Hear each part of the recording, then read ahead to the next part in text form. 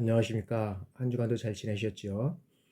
요즘 또 오미크론 때문에 많은 사람들이 또 고통 속에 있습니다. 하루에 오늘 신문을 보니까 340명, 300명에서 400명 정도가 또 이렇게 죽음을 맞이하고 있다고 합니다. 여러분들 특별히 오미크론에 또 주의하시고, 저도 지난주 17일 날 가족 중에서 한 명이 감염됐다는 소식을 듣고, 저도 이제 몸이 아파와서 검사를 받았더니만 어, 양성 반응이 나왔습니다. 그래서 일주일 동안 물을 먹고 또 쉬고 있지만 가래가 끼고 목이 많이 아프더라고요. 그래서 강의할 때 아마 혹시라도 음성이 별로 좋지 않든지 기침이 나는 것 좀 이해해 주시고 강의를 진행하도록 하겠습니다. 이번 시간에는 제 3장 청소년 지도의 리더십 지도라는 제목을 가지고 우리가 함께 논의하도록 하겠습니다. 자, 청소년 지도의 어떤 리더십, 이것은 청소년 리더의 어떤 중요성, 이론, 원칙, 기술 네 가지에 대해서 한번 알아보도록 하겠습니다. 자, 어떤 면에서 보면 우리가 리더십이라고 하면 우리 장년부, 즉 어른들에 대한 또 어떤 그런 위치에 있는 사람의 리더십만 중요하다고 할 수 있을 겁니다. 그러나 우리가 성장해 가면서 그 성장에 맞게 리더십이 상당히 중요하다라고 우리가 볼 수 있다는 거죠. 그래서 리더십은 여러 가지 어떤 그런 특정 상황 속에서 이 어떤 그 집단의 이 목표를 달성하기 위해서 리더와 추종자 간의 어떤 상호작용 과정 속에서 리더가 이 추종자의 마음을 움직이고 그 다음에 동기화하는 이 영향력 행사 과정이라고 할 수 있죠. 그래서 요즘 특히 보면 우리 20대 이제 대통령 선거가 끝났습니다. 그러면서 그 리더가 얼마만큼 어떤 그런 추종자 즉 그 따르는 사람들의 마음을 움직이고 그 사람들과의 어떤 그런 영향력을 행사함으로 인해서 또 많은 사람들이 그의 어떤 그런 그 철학 그다음에 어떤 그런 그 여러 가지 어떤 그런 행하고자 하는 일들을 따라오느냐 이게 상당히 중요하다 할 수 있죠. 그래서 리더는 상당히 중요하다라고 우리가 볼 수 있다는 거죠. 자, 이런 의미에서 볼 때 리더십은 어떤 면에서는 본질은 리더가 추종자와의 어떤 상호작용 속에서 추종자의 마음을 움직이는 것이다 라고 우리가 말씀을 드렸습니다. 그렇다면 이 추종자의 마음을 움직이기 위해서 리더는 어떻게 해야 되느냐? 상과 벌, 그리고 조직, 힘 이런 것을 어떤 그런 다양한 수단을 사용할 수 있지만 이보다 더 중요한 것은 뭐냐면 추종자를 감동시키고 승복시킬 수 있는 어떤 면에서는 이 능력과 인품이 이런 것들이 갖춰져 있으면 또 중요하다는 거죠. 아무리 리더가 실력만 있다고 하더라도 그 어떤 면에서는 리더가 갖고 있는 그런 다양한 것들을 여기는 그 추종자의 마음을 움직이고 동기하지 못하는 이 영향을 끼치지 못한다는 거죠. 그러나 그가 조금 능력은 어떤 면에서는 조금쯤 어떤 면에서는 지금 부족하더라도 이 능력과 인품을 갖추고 있다고 한다 그러면은 그 어떤 그런 과정자 여러 가지 어떤 그런 마음들을 움직여서 영향력을 행사할 수 있는 과정이라고 우리가 할 수 있다는 거죠. 그래서 리더는 리더로서의 걸맞는 리더의 어떤 능력과 인품이 없이는 이 추종자의 마음을 움직이고 동기화하는 이러한 영향의 행사는 불가능하다라고 볼 수 있다는 거죠. 그래서 이 영향력 행사 과정이라는 이 어떤 리더십의 정의에는 리더의 어떤 능력과 인품 이러한 것들이 함량이 전제될 때 리더의 어떤 그런 자질은 어떤 면에서는 영향력은 행사될 수 있다라고 우리가 볼 수 있다는 거죠. 그러면 이 리더의 자질은 교육이나 학습을 통해서 개발될 수 있는가라고 우리가 볼 수 있다는 거죠. 그래서 어떤 리더의 여러 가지 어떤 상황들을 우리가 한번 살펴보도록 하겠습니다. 리더는 실질적으로 보면 우리가 보면 리더는 태어나는 것이 아니라 어떤 면에서 보면은 여기는 그 어떤 관점에 따르면 그 리더는 여러 가지 어떤 그런 그 일반 평범한 사람이 가지지 못한 어떤 선천적인 특성 여기는 뭐냐면 뭐 거대한 체격이라든지 뛰어난 지능 그다음에 범접할 수 없는 어떤 카리스마 이런 것들을 가진다고 볼 수 있다는 거죠.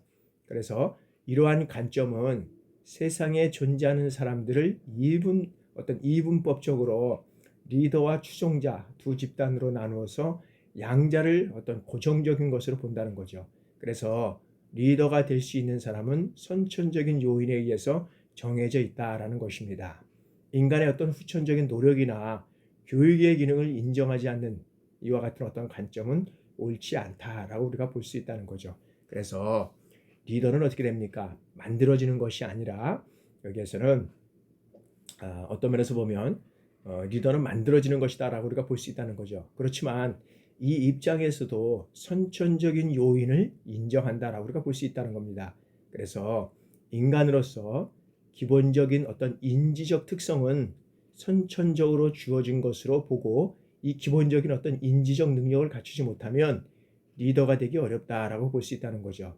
그리고 남보다 뛰어난 어떤 체격과 그 다음에 인지 능력은 리더가 되는데 유리한 요인이 될 수 있다라고 우리가 볼 수 있습니다. 그렇지만 실질적으로 이와 같은 어떤 뛰어난 체격과 그리고 인지 능력도 교육과 경험을 통해서 개발되지 않으면 리더십은 형성되지 못한다라고 우리가 볼 수 있다는 거죠. 반면 남보다 불리한 체격이나 선천적 요인을 가진 사람도 이 부단한 개발을 통해서 리더십을 형성할 수 있습니다. 따라서 선천적인 잠재 능력의 차이는 어떤 면에서는 우리가 분명 존재한다고 볼 수 있습니다. 그리고 후천적인 개발 과정이 수반되지 않으면 이 잠재 능력은 발현되지 않는다라고 우리가 볼 수 있다는 거죠. 그래서 이런 점에서 리더십은 개발과 불가분의 관련을 갖는다라고 우리가 볼 수 있다는 것입니다. 그러면 다시 한번 리더십으로 들어가서 이 리더의 개념을 우리가 정의 한번 해보도록 하겠습니다. 자, 리더십의 개념을 정의하는 것은 매우 어렵다라고 우리가 볼 수 있다라는 거죠. 왜냐하면 이 리더십이라는 것은 어떤 그 조직의 목적과 목표에 따라서 그리고 시대와 문화적 상황에 따라서 그리고 시대와 정치 문화 변천에 따라서 서로 다양한 모습을 보여왔기 때문이라고 할 수 있죠. 우리가 이제 개발도상국이었을 때 최초에는 이때의 리더십은 어떻게 했습니까? 이 강력한 리더십을 통해서 이것을 이루어가지만 하면 안 된다는 거죠. 그럼 뭐 이제 중간중간에 변해 오면서 현재는 어떤 리더십을 보니까 이건 강력한 리더십도 필요하지만 이러한 것보다는 어떤 면에서는 이제는 섬김의 리더십이 더 필요하다는 거죠. 실질적으로 보면 어떤 면에서는 부하들을 어떤 면에서는 어떤 자녀 자식까지랑 이렇게 섬기면서 내가 어떤 면에서는 요구하는 것을 목표를 어떤 이루기 위한 이런 섬김의 리더십이 상당히 중요하다라고 우리가 볼 수 있다는 것입니다.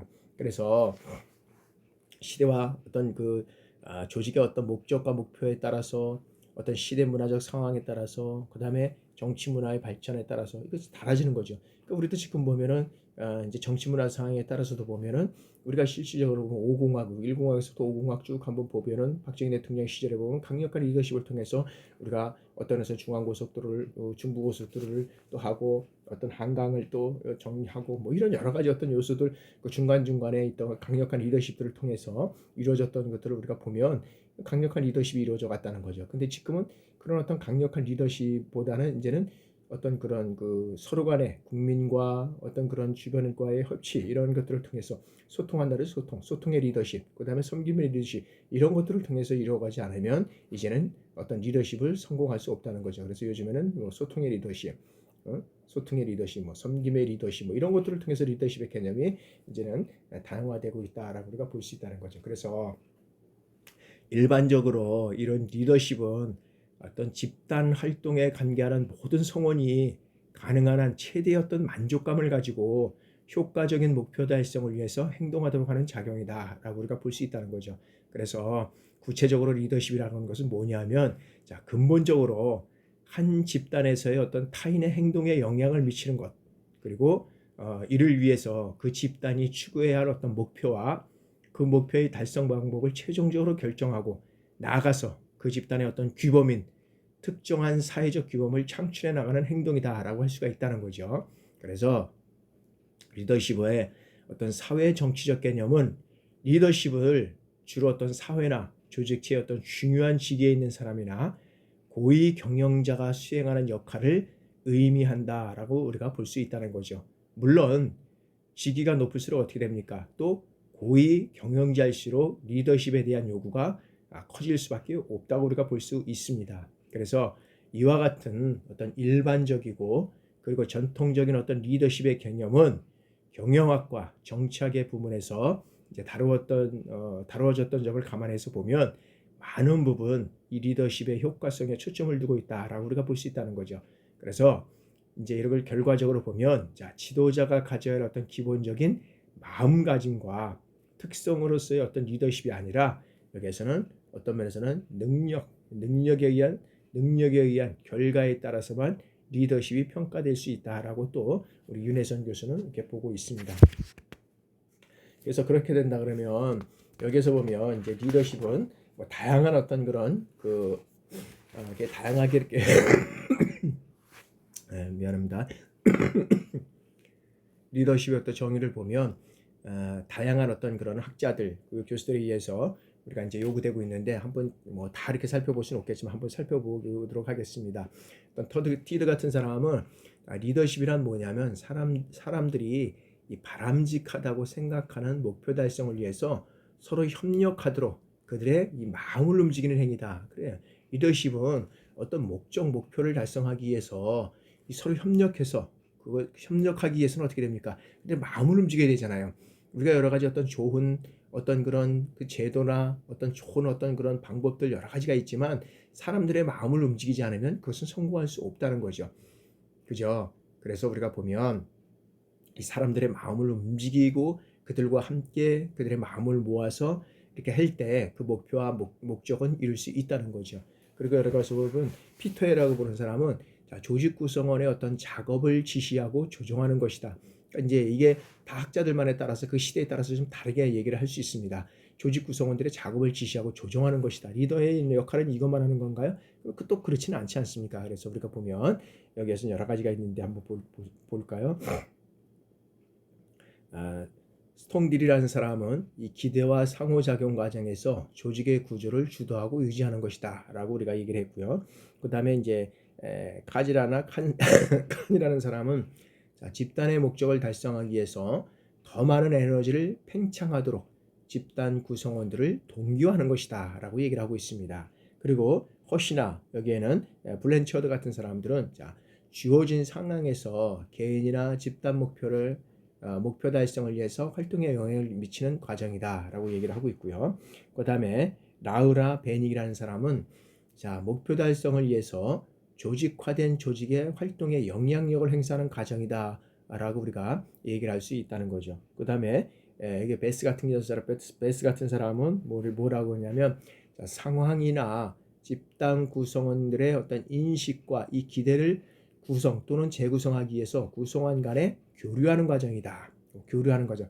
다 따져보면은 이제 마지막까지 한번 해볼까요? 유클이라는 사람은 집단이나 조직의 한 구성원이 사건의 어떤 해석, 목표나 전략의 선택, 작업 활동의 조직화, 목표 성취를 위한 구성원들의 동기부여, 협력적 관계 유지, 구성원들의 어떤 기술과 자신감의 개발, 외부인의 어떤 지지와 협력의 확보 등에 영향을 미치는 과정이다라고 얘기를 하고 있다는 거죠. 그 다음에 이제 커베어 같은 사람은 사람들이 자신의 어떤 가치와 이 잠재 능력을 볼 수 있도록 분명하게 알려주는 것. 여기서 다 얘기해서 이런 학자들의 어떤 얘기를 다 보면 뭔역하면은 여러 가지 어떤 그런 목표를 이루기 위해서는 같이 어떤 면에서는 구성원들을 협력하고 그 다음에 교류하고 그 다음에 어떤 그런 어떤 협력 관계를 통해서 이것을 이루어가야 하는 것이다 라고 이제 학자들만에 다 이제 얘기를 하고 있다는 거죠. 그래서 리더는 혼자만의 어떤 그런 사고방식과 가치관을 가지고 이뤄갈 수 있는 것은 아니다. 그래서 주변 사람들의 협력과 도움을 통해서 또 협력을 통해서 이뤄가는 것이라 상당히 중요하다라고 우리가 볼 수 있다는 거죠. 그래서 우리가 청소년들의 리더십이 중요한 건 뭐냐면 청소년기의 그 성장해 가면서의 어떤 그런 단체들 간의 어떤 그런 단체들 간의 그다음에 청년들 시기에 여러 가지 어떤 활동 과정 속에서 그다음에 또래 집단과의 관계 속에서 이런 것들을 이렇게 협력해 가고 그다음에 그들과의 어떤 상충되는 갈등하는 이런 과정들을 서로가 논의해 가면서 이루어져가는 과정이기 때문에 여기에서 상당히 중요하다. 그리고 그 청소년 시에는 가치관이 형성되고 조정되는 그러한 시기잖아요. 또 정립되는 시기이기 때문에 어떤 면에서 보면 상당히 중요한 시기다라고 우리가 할 수 있다는 거죠. 자, 다음에는 리더십의 이제 필요성입니다. 리더십의 필요성은 그 린던과 그다음에 페르트만은 어떻게 얘기를 하고 있느냐면, 자, 청소년기를 리더십 발달의 어떤 결정적인 시기로 간주하고 청소년기에 리더십을 개발하는 것이 청소년들의 어떤 자신에 대한 이해를 높이고 원만하고 진취적인 생활을 이뤄가고 그다음에 위험 행동을 예방하고 성공적인 성인기를 위한 도약의 발판이 된다라고 우리가 볼 수 있다는 거죠. 그래서 린덴과 페르트만 같은 사람은 아까 청소년기 금방 얘기했지만 이 개발을 왜 중요한 것이냐, 자신들의 이해를 높이고 어떤 진취적인 생활을 이뤄가고 위험 행동을 예방하고 그다음에 제일 중요한 거는 성인기로 도약하면서 어떤 그런 가치관이 형성되는 시간이다. 가치관이 형성되는 시기이기 때문에 상당히 중요한 시기다라고 우리가 볼 수 있다는 거죠. 그래서 또 하나 이 리더십은 여기서는 뭐냐면 어떤 면에서는 이 그 리더십은 어떻게 됩니까? 단순히 태어날 때부터 타고난 어떤 선천적인 요소라고 할 수 있을까요? 그렇지 않다는 거죠. 뭐 또 어떤 면에서 보면 특정한 사람이 어떤 리더십을 타고난 사람도 있겠지만 그런 사람이 몇 명이나 되겠습니까? 그래서 선천적인 요소라고 할 수 없다는 거죠. 그리고 특정인만이 소유하는 제한적인 것이 아니라 누구나 소유하고 있는 잠재적 능력이다라고 얘기를 할 수 있다는 거죠. 그래서 뿐만 아니라 이 경험을 통하여 학습할 수 있는 능력이자 기술이다. 그래서 이러한 관점에서 볼 때 모든 청소년이 리더십의 어떤 잠재력과 능력을 가지고 있음에도 불구하고 이것을 개발시키려는 체계적인 노력이 매우 부족할 뿐만 아니라 그 필요성조차 제대로 인식하지 못하고 있다라고 우리가 볼 수 있다는 거죠. 그리고 이런 것들만 아니라 청소년 자신이 리더가 될 수 있다는 생각을 수용한 후에도 여전히 안고 있는 문제점이 있다는 겁니다. 그것은 뭐냐면 청소년이 리더십을 발달시켜 나가기 위하여 열심히 노력해야 해도 자신의 어떤 리더십 능력을 개발하고 또 표출하기 위한 이 기회가 충분하지 않다는 것입니다. 그래서 리더십의 어떤 그런 궁극적인 긍정적인 리더십과 이제 부정적인 리더십이 이제 여기서는 이제 나오게 되는데, 여기에서는 어떻게 되냐면, 자, 청소년들이 긍정적인 리더십을 발휘하게 되면 자기 존중감을 강화하고 또 비행 및 위험 행동을 예방하고 그다음에 성공적인 성인기로의 어떤 이행이 된다는 거죠. 그래서 바람직한 결과를 낳게 되지만 이 부정적인 리더십을 발휘하게 될 경우는 어떻게 됩니까는 정반대의 결과를 초래하게 된다는 거죠. 그러니까 뭐냐면 여기서 보면 존중감이 낮아지기 때문에 비행을 하게 되고 그다음에 어떤 그 성공적인 성인기로서의 성장해가지 못하다 보니까 그것이 어떤 면에서는 이제 어떤 그 남에 대한 다른 사람에 대한 어떤 그런 그 부정적인 요소 이런 것들이 상당히 이제 격하게 되죠. 그러다 보니까 이제는 성장해 가면서 이제 여러 가지 어떤 사회에 대한 그런 어떤 불만 그다음에 이런 것들이 이제 나타나면서 또 사회의 어떤 여러 가지 그런 이제 부정적인 요소들이 이제 나타나게 된다라고 우리가 볼 수 있는 거죠. 그렇게 된다 그러면 자, 부정적인 리더십은 뭐 여러 가지가 있겠지만 이 그 부정적인 리더십은 어떻게 됩니까? 학교에서 이제 청소년들이 그 여러 가지 어떤 그런 학교에서 뭐 중도 탈락을 한다든지 또 폭력에 관여하고 그다음에 청소년들의 어떤 임신이라든지 다양한 청소년 비행 이런 것들을 이제 초래할 수 있다는 거죠. 그래서 어떤 패거리의 리더나 약물 제공자 그리고 범죄자 등의 어떤 부정적인 리더의 대표적인 사례를 우리가 이제 볼 수 있다는 거죠. 따라서 청소년기 리더십을 개발하기 위한 어떤 교육을 실시하는 것은 청소년 개인의 성장과 성공적인 성인기로의 어떤 준비로서 필요할 뿐만 아니라 청소년들에게 긍정적인 리더십을 개발할 수 있도록 돕는 일을 청소년의 어떤 비행과 어떤 그 방황을 사전에 예방할 뿐만 아니라 더 나아가서는 어떻게 돼요? 사회와 국가의 발전을 위한 중요한 어떤 그런 준비 작업이라 할 수 있겠다라고 우리가 볼 수 있다는 거죠.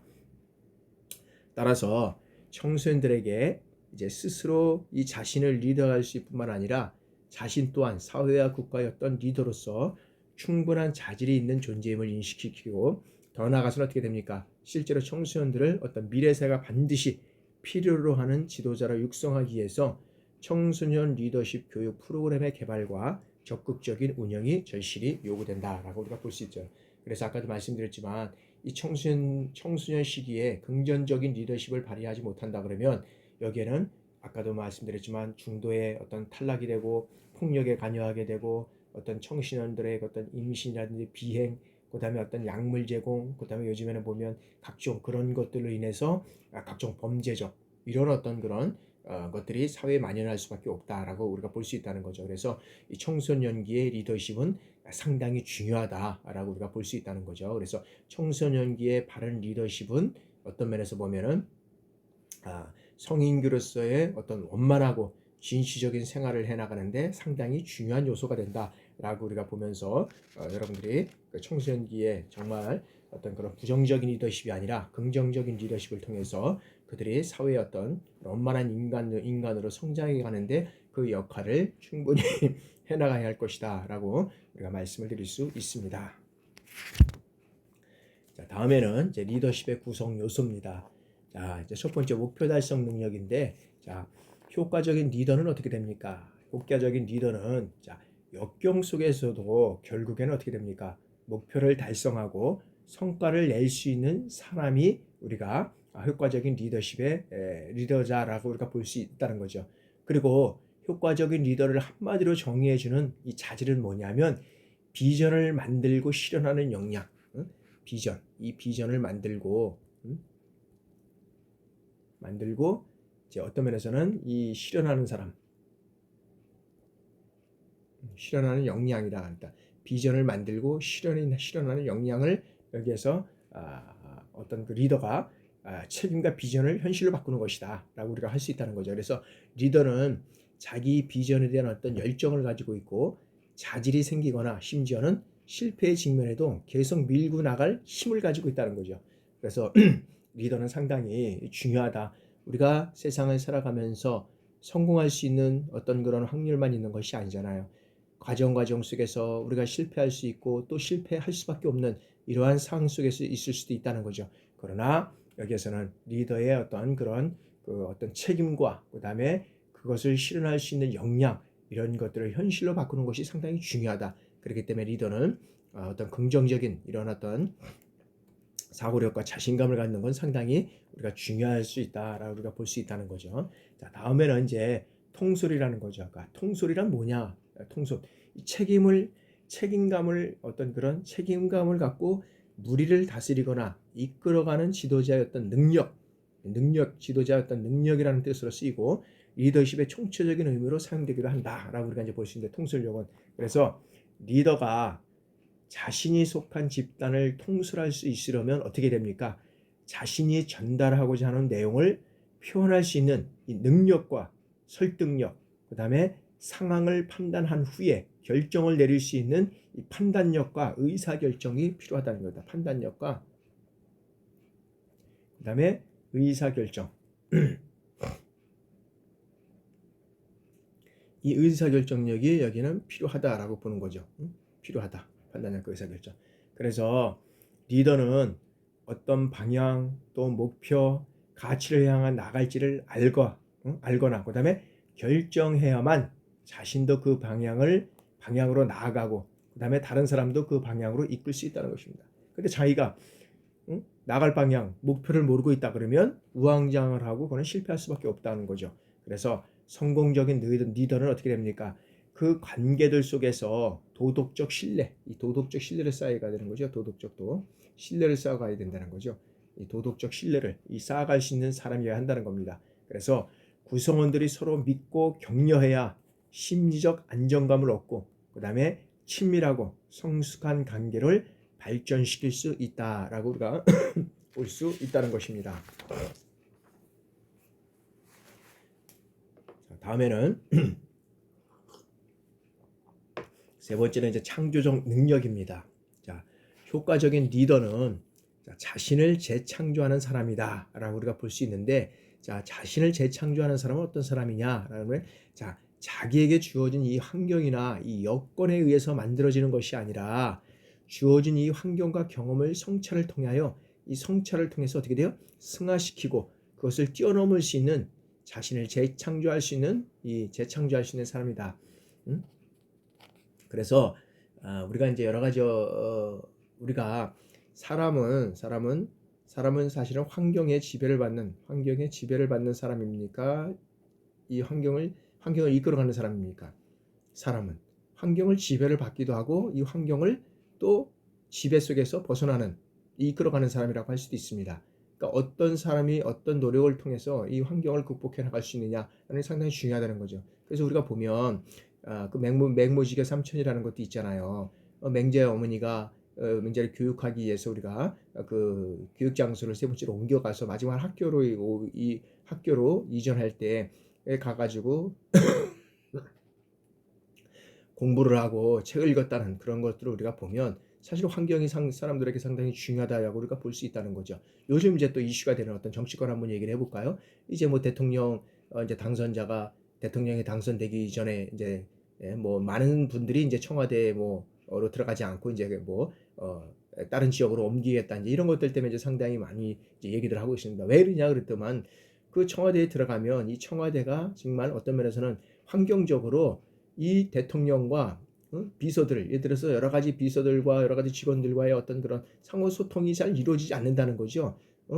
여러 가지 어떤 그런 어떤 업무를 하기 위해서 지시를 하고 바로바로 이게 이루어져 가야 되는데 그게 이루어져 가지 않고 누구 하나 부르려 그러면 또 와서 몇 분 이상 걸리고 뭐 하고 이러다 보니까 이런 거는 이 환경적인 이 지배를 받을 수밖에 없다는 거죠. 그래서 이것을 뛰쳐나와서 뭐 예를 들어서 뭐 강화문이 됐든 뭐 어떤 용산이 됐든 뭐 이런 것들을 가서 옮겨서 실질적으로는 일할 수 있는 그런 분위기를 만들었다. 이건 환경적인 어떤 요소가 상당히 중요하다고 우리가 볼 수 있다는 거잖아요.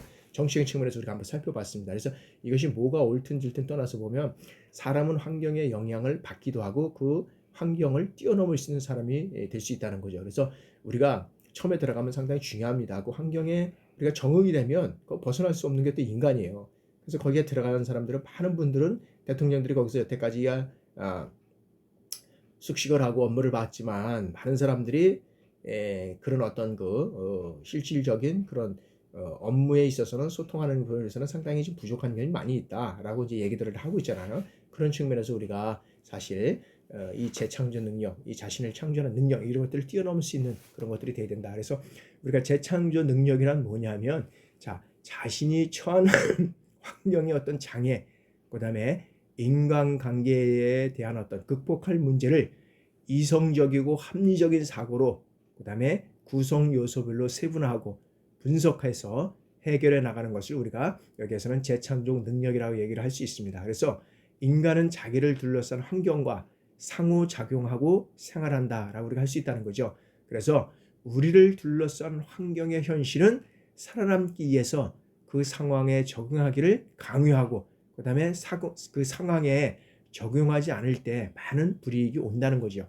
그래서 리더는 자기 성찰과 자기 창조를 통해 이러한 상황을 극복하고 승화시키는 것이 상당히 중요하다라고 우리가 볼 수 있다는 거죠. 그다음에 이제 인간관계 능력입니다.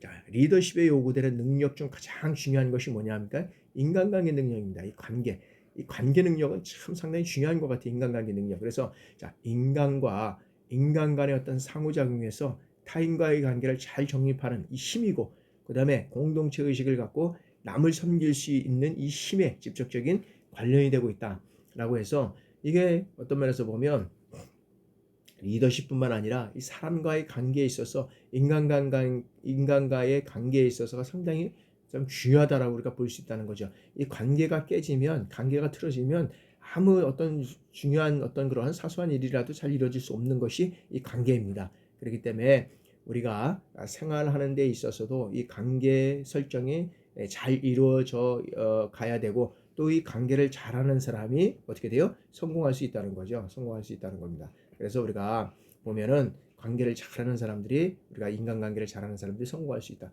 그러나 어떤 그런 어떤 새에 밝아서 또 어떤 그런 것이 아니라 정말 관계를 서로 하면서 도와주고 또 어떤 면에서는 협조해주고 뭐 이런 사람들이 이제는 성공할 수 있는 그러한 시대가 돼가고 있다는 거죠. 그래서 인간관계는 어떤 소수인, 특히 두 사람 사이의 어떤 1대1의 관계에 중점을 두는 대인관계를 넘어서 어떻게 됩니까? 이거는 포괄적인 상호관계를 얘기하는 겁니다. 상호관계. 응? 상호 1대1의 관계를 뛰어넘어서 상호관계를 얘기를 하는 거죠. 그래서 좋은 교우관계는 성인이 돼서 필요한 어떻게 됩니까? 협동심, 충성심, 준법정신, 동정심, 리더십 이런 것들을 기르게 할 수 있다는 거죠. 그래서 사회적 현상에 따른 문제 해결 능력을 기르게 하는데 이 상당한 인간관계 능력 이거를 상당히 중요하다라고 우리가 볼 수 있다는 것이죠. 자, 다음에는 이제 목적의식입니다. 목적의식. 자, 목적의식이라는 것은 자, 어떤 방향, 목표, 가치를 향해서 나갈지를 뚜렷하게 알거나 그 다음에 결정하여 자신도 그 목표를 향하여 나가고 그 다음에 자신이 속한 집단의 어떤 구성원도 그 방향으로 이끌어가는 능력이다 라고 우리가 알 수 있다는 거죠. 그래서 리더는 끊임없는 개선의 어떤 자세와 능력이 필요하다는 거죠. 개선의 자세와 여기에서는 능력이 필요하다. 그래서 유능한 리더는 목표를 성취하는 후에도 어떻게 돼요? 만족하고 개선하는 일을 멈추지 않는 이러한 특성을 갖고 있다라고 우리가 볼 수 있다는 거죠. 그래서 리더는 실질적으로 보면은 어떤 목표를 이루었다고 해서 거기에서 멈추지 않는다는 거죠. 계속적으로 거기에서는 목표를 어떤 뛰어넘고 자기 자신을 개선하고 이런 것들이 계속적으로 필요하다는 거죠. 그래서 어떤 면에서는 유능한 어떤 리더는 여기에서는 이런 어떤 계속적으로 만족하지 않고 개선하는 일을 멈추지 않고 있다. 그래서 그들은 여기서 보면 그들은 어떻게 됩니까? 비전의 바탕을 두고 커다란 목표를 세워 끊임없이 나아가고 성취하고 그 다음에 곧바로 더 큰 목표를 세워서 그것을 성취하기에 매진한다는 거죠. 그래서 끝없이 배우고 개선해 나가기 위해서는 어떻게 됩니까? 실패하는 용기가 필요하다는 거죠. 그래서 실패나 실수에 대한 어떤 두려움은 누구에게나 성장에 대한 하나의 어떤 커다란 장애물이 될 수 있습니다. 그러나 난관이나 모색 없이 배울 수 있는 것은 아무것도 없다는 거죠. 그래서 지금까지 살펴본 어떤 리더십의 구성 요소는 한국개발교육원이 이제 국가 수준의 생애 능력, 그다음에 표준 설정 및 학습 이 체제 질 관리 개선 연구에서 우리가 이제 재정립된 이런 내용들을 우리가 한번 살펴보면 한번 살펴보도록 하겠습니다. 이제 리더십의 어떤 그런 하위 구성 요소와 어떤 그런 이런 것들을 우리가 이제 살펴보면 자. 목표 달성 리더십의 어떤 하위 구성 요소와 구성 요소의 정의를 우리가 살펴보면 여기에서 보면 목표 달성 능력입니다. 목표 달성 능력은 목표 달성 능력 여기에서는 이제 목표 달성 능력에는 여기에는 자기 능력과 개발 능력 이런 것들이 이제 우리가 세 가지가 있는데 여기는 목표 달성 능력을 위한 인내력 및 의지력이 있어야 되고 그다음에 원칙을 따르려는 노력이 있어야 되고 미래를 예상하고 행동하려는 태도가 있어야 되고 그 다음에 장애를 극복하려는 노력이 있어야 된다라는 것이죠. 그 다음에 목표 달성을 하기 위해서는 자기 능력, 개발 능력 뭐 이런 것들을 갖추기 위해서는 이런 것들이 필요 이제 구성 요소가 있어야 되고요. 그 다음에 통솔력은 여기서는 리더십, 표현 능력, 설득력 이 세 가지의 구성 요소가 있는데 그것을 어떻게 우리가 살펴보면 리더십에는 사람을 이끄는 힘, 적극성, 분위기를 살리는 능력이 있어야 되고요. 표현 능력에는 사람들 앞에서 말하는 능력, 그 다음에 낯선 사람들과 대화하는 능력, 그 다음에 자신의 기대를 다른 사람에게 전달하는 능력이 있어야 된다는 거죠. 그다음에 설득력은 다른 사람을 설득하는 능력, 유머 감각, 점화 능력 이런 것들이 있어야 되고요. 재창조 능력은 재창조 의지와 성찰 능력 이 두 가지의 구성 요소가 있는데 여기는 재창조 의지는 자신의 소질과 소망을 찾아내는 노력이 있어야 되고 자신의 능력과 소질에 대한 인식이 있어야 되고 그 다음에 자기 개발에 대한 의지 및 적극성이 있어야 된다. 그 다음에 성찰 능력은 자신에 대한 성찰과 미래에 대한 성찰 그 다음에 새로운 지식 탐구에 대한 열정이 있어야 된다. 그 다음에 인간관계 능력은 사고 능력, 역지사지 능력, 도덕성 이 세 가지의 어떤 구성 요소가 있는데 사고 능력은 친화 능력, 그 다음에 동료로부터 어떤 존경과 신뢰가 있어야 되고 역지사지 능력은 다른 사람의 입장에서 이해하는 어떤 이 공감 능력이 필요하다는 거죠. 그 다음에 다른 사람의 입장을 배려하는 태도가 있어야 되고 그러니까 역지사지라는 거잖아요. 다른 사람의 입장에서 생각을 해본다는 거죠. 도덕성은 공정성과 정직성, 남을 존중하는 태도, 자제력 이런 것들이 필요하고요. 자, 목적 의식에는 두 가지의 구성 요소가 필요하다. 비전과 목적 의식 부재다. 자, 비전은 명확한 비전이 있어야 되고요. 그다음에 뚜렷한 학습 목표가 있어야 되고, 자, 꿈 성취의 성공에 대한 열정, 그다음에 목적 및 목표 의식이 있어야 된다라는 것이고요. 그다음에 목적 의식 부재는 자, 삶의 방향성이 부재가 되고 있고 삶의 소망이 부재가 되고 있다라고 우리가 볼 수 있다는 거죠. 그래서 리더십의 어떤 범주는 자, 목표 달성 능력에서부터 목적 의식까지 5가지의 범주가 있고 거기에 따른 구성 요소는 이제 이런 것들이 있고요. 그다음에 구성 요소의 정의를 보면 이렇게 있다. 그래서 여러분들이 리더로서의 어떤 그런 목표를 가지고 이런 것들을 여러분들이 한번 보고 통솔력에서는 이런 어떤 구성 요소가 있어야 되겠구나. 그다음에 인간과의 능력에는 이런 것들이 있어야 되고 그런 것들을 한번 놓고 여러분들 한번 조그만 어떤 뭐 핸드폰이라든지 이런 것들을 좀 한번 상상을 해보면서 부하들로부터 지도해 나가든지 이런 것들을 한번 좀 실험 한번 해봤으면 좋겠습니다. 그래서 여러분들이 그런 것들을 통해서 실적으로 여러분들의 어떤 리더십도 향상시키고 또 부하들의 어떤 리더십도 이런 어떤 그 리더십의 애들을 잘 갖춰가서 이제 성인으로서 성장해가는 과정 속에서 좋은 이런 어떤 인간의 어떤 능력을 잘 함량해 나가는 그런 어떤 역할들을 해나가시기를 바라겠습니다.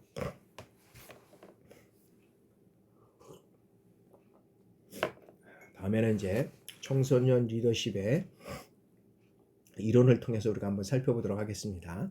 자, 청소년 리더십의 이론은 우리가 이제 특성 이론이 있습니다. 특성 이론. 자, 특성 이론은 리더십에 대한 어떤 초창기의 연구는 효과적인 리더에게는 이 남과 다른 어떤 개인적인 특성, 이 남과 다른 개인적인 특성이 있다고 생각하고 이러한 개인적 특성을 추출하려고 노력하였고 이런 특성 이론 또는 자질 이론이라고도 우리가 할 수 있다라고 우리가 볼 수 있다는 거죠. 그래서 이런 특성 이론의 전제는 뭐냐면 훌륭한 리더는 남다른 어떤 그런 어떤 보편적 특성을 지니고 있다는 거죠.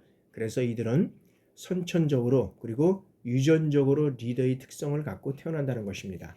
그래서 여기에서는 어떤 면에서 보면 리더십은 선천적 자질이고 그 다음에 리더십을 고도로 발휘하기 위해서는 뭐냐면 리더의 자질과 능력을 갖춘 사람을 리더로 임명하고 또한 교육 훈련을 통해서 그러한 능력을 발전시켜야 된다는 거죠. 그러니까 리더는 탁월한 능력이 있는 사람도 있지만 그 능력을 갖춘 사람을 리더로 임명해서 끊임없이 이런 훈련 과정을 통해서 더 좋은 리더자로 성장해 나갈 수 있는 그러한 역할을 해 나가야 된다는 거죠. 그래서 우리가 군에서 보면은 우리가 이제 뭐 예를 들어서 뭐 분대장도 있고 이제 여기 있잖아요. 뭐 분대장 최초에 이제 이렇게 보면 분대장, 뭐 소대장, 그다음에 뭐 중대장, 그다음에 대대장 이렇게 있잖아요. 이런 사람들이 리더의 자질을 어떻게 갇혀 있는 사람들도 있을 것이고 또 부족한 사람도 있을 겁니다. 그러나 그 어떤 그런 계속적인 어떤 그런 교육 이런 것들을 통해서 이분들이 한 단계 한 단계 성장해 나갈 때 좋은 리더십을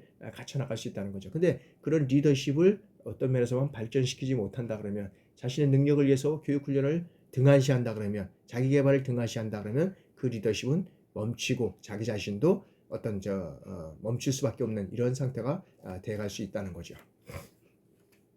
따라서 리더에게 요구되는 특성은 상황에 따라 다르다는 점입니다. 그래서 이 특성 이론은 리더와 어떤 집단 간의 이 상호작용을 무시했다는 점 등에서 한계에 부딪히게 되었다는 거죠. 그래서 특성 연구가 별다른 성과를 거두지 못하자 리더가 어떠한 특성을 가지고 있느냐에 관심을 가지기보다는 리더가 어떠한 행동을 하느냐에 관심을 기울이기 시작했다는 거죠. 그러니까 뭐냐면 이게 어떤 면에서 보면 성과를 거두지 못하다 보니까 리더가 어떤 특성을 가지고 있느냐의 이 특성보다는 어떤 특성을 가지고 있느냐보다는 어떤 행동을 하느냐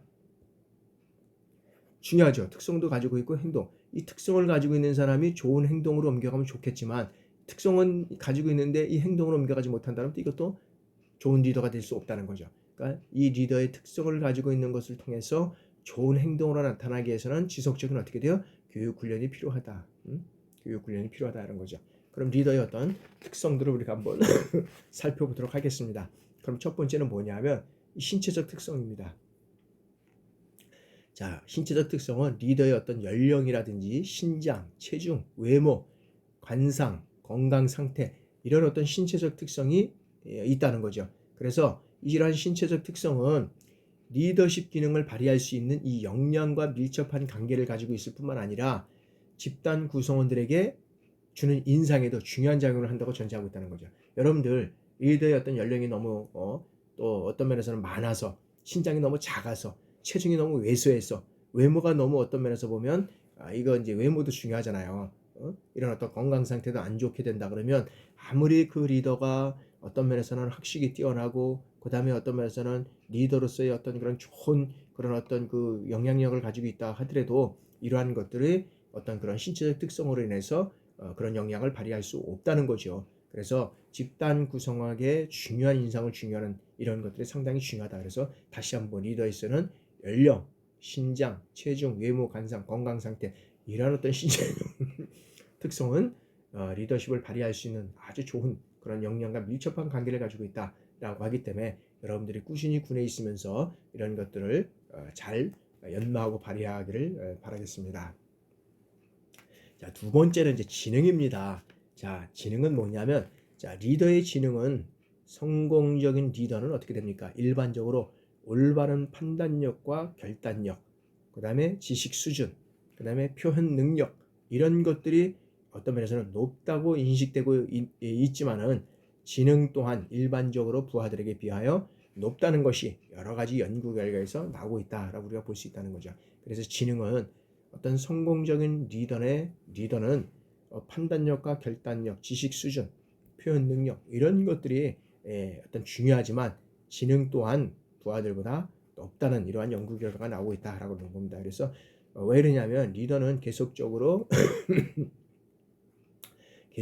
연구하고 어떻게 됩니까? 발전하는 이러한 어떤 자기개발을 게을리하는 이러한 리더는 도태될 수밖에 없기 때문에 계속적으로 연구를 하다 보니까 부하들보다는 여기에 대한 어떤 지능이 월등하게 높은 사람도 있지만 그런 어떤 또 낮은 사람도 있을 수도 있습니다. 그 중에는. 그러나 그것을 계속적으로 어떤 면에서는 개발하고 이루어져 갔을 때는 좋은 어떤 그런 리더로서의 품성을 가지고 있다는 거죠.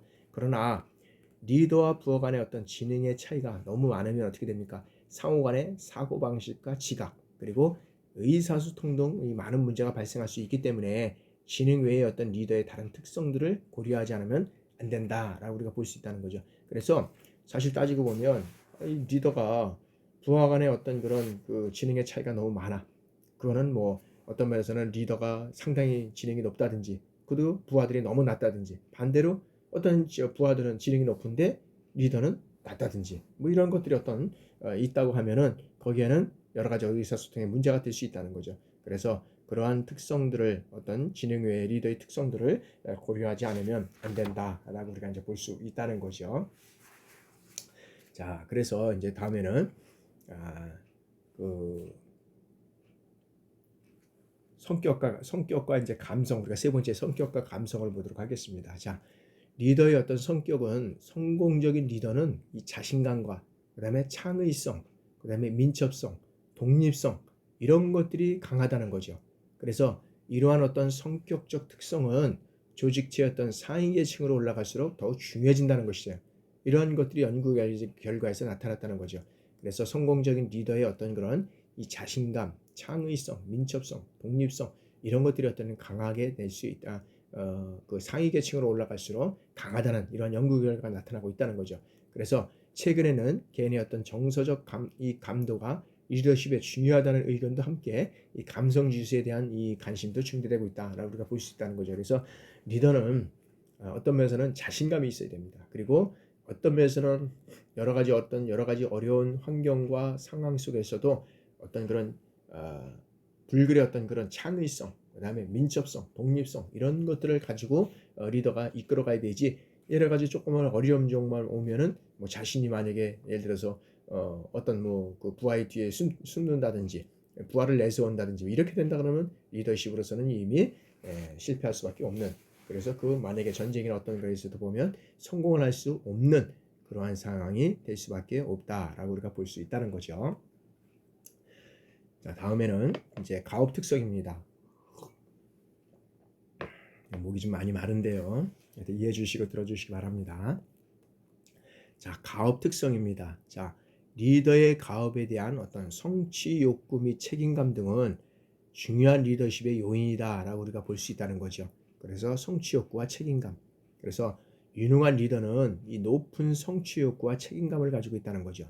그래서 이런 높은 성취와 책임감을 가지고 있지 않으면 그것을 리더는 어떤 면에서는 그 목표를 이루지 못한다는 거죠. 따라서 가업지향적이고 그다음에 장애에 부딪혔을 때 어떻게 돼요? 좌절하지 않고 목표를 추구하는 이 끈기가 있어야 된다는 거죠. 그래서 이러한 특성을 가지고 있는 어떤 리더는 일반적으로 어떻게 됩니까? 이 업무 추진력과 함께 강한 동기의 직무에 대한 어떤 이 집요함을 갖추고 있다는 거죠. 그래서 리더십의 유효성이 증가하게 된다는 거죠. 그래서 우리가 보면 여러 가지 어떤 우리 전쟁 영화라든지 또 이런 어떤 상황들을 보면 리더는 정말로 어떤 면에서 보면 이 높은 성취와 책임감을 가지고 있다는 거죠. 그리고 이제 우리가 영화를 보면은 이제 주인공을 중심으로 해서 모든 것들이 이루어져 가잖아요. 그러다 보니까 정말 좌절하고 쓰러지고 실패할 수밖에 없는 그런 상황 속에서도 다시 일어설 수 있는 끈기, 용기 뭐 이런 것들을 이제 가지고 마지막에는 어떤 면에서 해피엔딩으로 끝나는 이런 뉴스들을 많이 보잖아요. 또 그런 거를 통해서 또 내가 어떤 면에서는 이루지 못하는 것을 상대방을 통해서 이뤄가는 어떤 그런 자기 어떤 성취감 뭐 이런 것들도 이제 남을 통해서 이뤄갈 수 있는 것들을 우리가 볼 수 있다는 거잖아요, 그죠? 그래서 우리가 리더의 가업 특성은 좌절하지 않는 끈기, 목표, 어떤 집요함, 뭐 이런 어떤 강한 어떤 그런 직무에 대한 어떤 그런 지치지 않는 그런 어떤 집요함과 끈기가 있어야 되는 그런 사람만이 성공할 수 있는 것 같아요. 그래서 어떤 면에서 보면 우리가 보면은 홍수환 씨도 보면 뭐 4.5기라든지 7.8기라든지 뭐 이런 것들이 나오잖아요.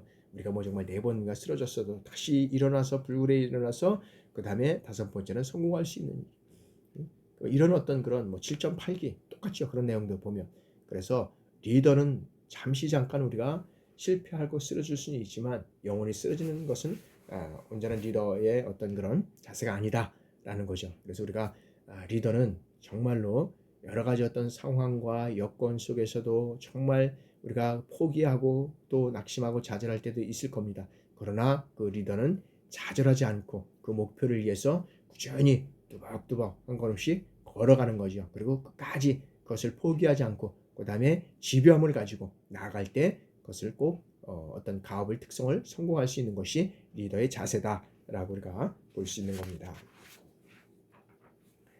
자, 다음에는 이제 사회적 특성입니다. 우리가 이제 마지막 우리가 그 특성 이론에서 우리가 이제 5번째 사회적 특성인데, 자, 리더는 다양한 어떤 성격의 이 사람들과 잘 어울려야 하고 그다음에 재반 환경에도 적극적으로 참여해야 된다는 거죠. 그래서 리더는 어떤 면에서는 성격이 좀 어떤 면에서 보면 이 카리스마도 있어야 되지만 카리스마가 있어야 되지만 그 카리스마스뿐만 아니라 또 어떤 면에서는 거기에 협력하고 상호 보완할 수 있는 어떤 그런 것들이 필요하다는 거죠. 그래서 재반 환경에도 적극적으로 여기에는 참여해야 하는 이러한 것들이 필요하다. 사회적 특성으로서는. 자, 두 번째는 이제 그러므로 훌륭한 리더는 타인과 쉽게 친해질 수 있는 능력을 가지고 있다. 타인과 쉽게 친해질 수 있는 능력. 그래서 이 훌륭한 리더는 실적으로 보면 어떤 면에서는 여기에서 보면 타고난 사람도 있지만 실질적으로는 만들어가는 거죠. 만들어가는 것이다. 만들어가는 것이다. 그래서 사람을 통해서 이뤄가지고 만들어가는 것이다. 그래서 보면 영국의 이스턴 스쿨이라든지 뭐 이런 어떤 거를 보면요.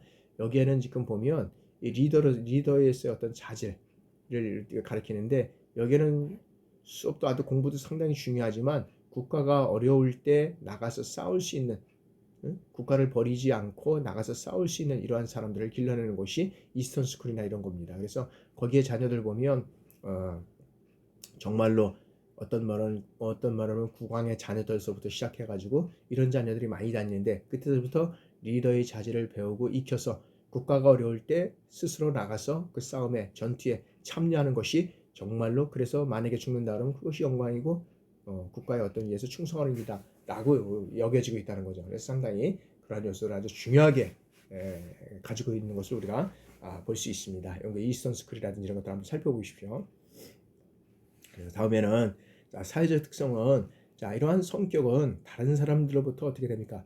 협동심을 불러일으키게 할 뿐만 아니라 이 조직 목표 달성을 위해서 적극적인 어떤 참여유도 능력을 발휘함으로써 리더십의 유효성을 증대시킬 수 있다. 그러니까 리더는 뭐냐면 이 협동심을 서로 간에 사람들 간의 협동심을 불러일으킴으로써 이 조직 목표를 달성하고 그 다음에 그 어떤 참여해서 하는 사람들의 어떤 능력을 발휘하면서 리더십의 유효성을 증진시킬 수 있다라는 것입니다. 그래서 아무리 내가 좋은 이런 어떤 그런 자질과 능력을 갖고 있을지라도 협동심 이런 어떤 조직 목표를 하기 위해서 이 사람들의 어떤 그런 동기유발이나 이런 것들을 끌어내지 못하면 성공하지 못한다는 거죠. 그래서 그런 리더십의 유효성은 상당히 중요하다라고 우리가 볼 수 있는 거죠. 자, 다음에는 여러 가지 어떤 그런 것들이 있겠지만 리더의 어떤 사회적 특성으로 어떻게 돼요? 매력적이고 그다음에 인기가 있고 부하들을 잘 보살피는 이 능력 등이 있어야 된다는 거죠. 그래서 어떻게 보면 저희들도 우리가 교육받을 때 보면 이제 뭐 우리는 구대장이라 그러잖아요. 뭐 구대장. 근데 지금은 이제 어떻게 바뀌었는지 잘 모르겠는데 구대장이라 그러면 이제 수대 받을 때 보면 이분들이 정말 화장실은 언제 가고 식사는 언제 하는지를 모를 정도로 이분들은 정말로 어떤 면에서는. 근데 이제 그 시대는 우리 시대는 그랬지만 지금은 같이 호흡하고 같이 식사도 같이 하고 같이 어떤 면에서 보면 같이 그 동고동락하는 이런 어떤 시대가 됐지만 우리 때는 그랬습니다. 그래서 야 정말 리더는 언제 정말 식사하는지도 모르고 화장실 가는 것도 뭐 없이 그렇게 정말 하는 사람이 리더구나 막 그때 이제 그렇게 생각을 했던 경우도 있었습니다. 그래서 얼마나 그 사람이 존경스럽고 막 그런지 진짜 뭐 그때는 뭐 소대장 교육 받으면서 보면 정말 그 소대 그 소위가 정말 대단한 거라는 것들 뭐 느끼고 뭐 그랬던 경우가 있었습니다. 그래서 그래서 리더는 어떤 그 사회적 특성으로서 이 매력이 있어야 된다. 그리고 인기가 있어야 된다. 이러기 위해서는 어떻게 됩니까? 부단한 어떤 자기 개발 노력이 이루어져 가야 된다는 거죠. 그래서 이것이 자기 개발 노력이 이제는 멈춰서면 어떻게 돼요? 거기에서는 이제는 끝날 수밖에 없다라는 거죠. 그래서 자기 개발의 노력을 계속적으로 하고 그 어떤 면에서는 사람들과의 관계에 있어서 그 사람들을 보살피고 협력하고 도와주는 이런 어떤 그런 리더의 자세 그러한 또한 사회적 특성이 필요하다라고 우리가 볼 수 있다는 거죠. 자, 그리고 여기까지 하고요. 자, 다음에는 이제 행동 이론인데 10분 동안 휴식하고 행동 이론에 대해서 진행하도록 계속적으로 진행해 나가도록 하겠습니다.